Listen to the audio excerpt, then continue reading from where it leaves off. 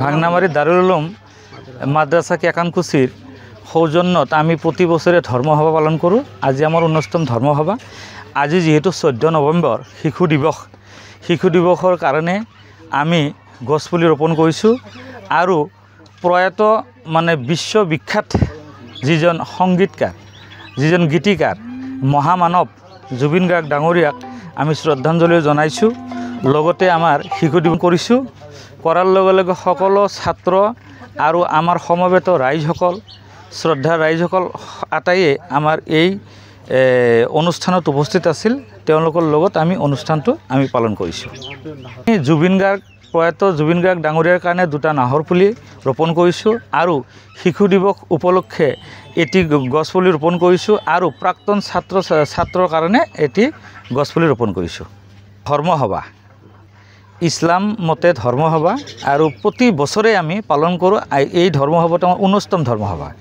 শ্ৰদ্ধাঞ্জলি জুবিন গাৰ্গ ডাঙৰীয়াক আমি শ্ৰদ্ধাঞ্জলি জনাইছোঁ। এটা এই মাদ্ৰাসা বৃহৎ মাদ্ৰাসা এই ভাংনামাৰি দাৰুল উলুম কেকানকুচি স্থাপিত এই মাদ্ৰাসাখন 19তম আজি আমি বাৰ্ষিক অধিৱেশন পালন কৰি আছোঁ। এইটো আমাৰ জলসা। এই জলসাত বিভিন্ন প্ৰান্তৰ পৰা ধৰ্মীয় ৰাইজসকল আহি ইয়াত মানে এই জলসাত আমাৰ অনুষ্ঠানত ভাগ লয় আৰু এই চেগতে মই ক'ব বিচাৰিছোঁ আমাৰ মহামান্য জুবিন গাৰ্গ তেখেতৰ ন্যায় বিচাৰিছোঁ আৰু তেখেতৰ কাৰণে তেখেতৰ বহুত প্ৰিয় আছিল নাহৰ।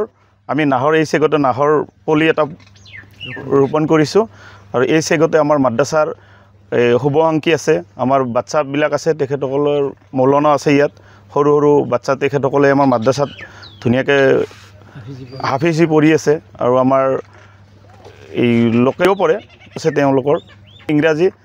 প্ৰথমতে আমি চাফাই কাম কৰিছোঁ আৰু আমি জুবিনদাৰ শ্ৰদ্ধাঞ্জলি জ্বলাইছোঁ আৰু বৃক্ষৰোপণ কৰিছোঁ। আছে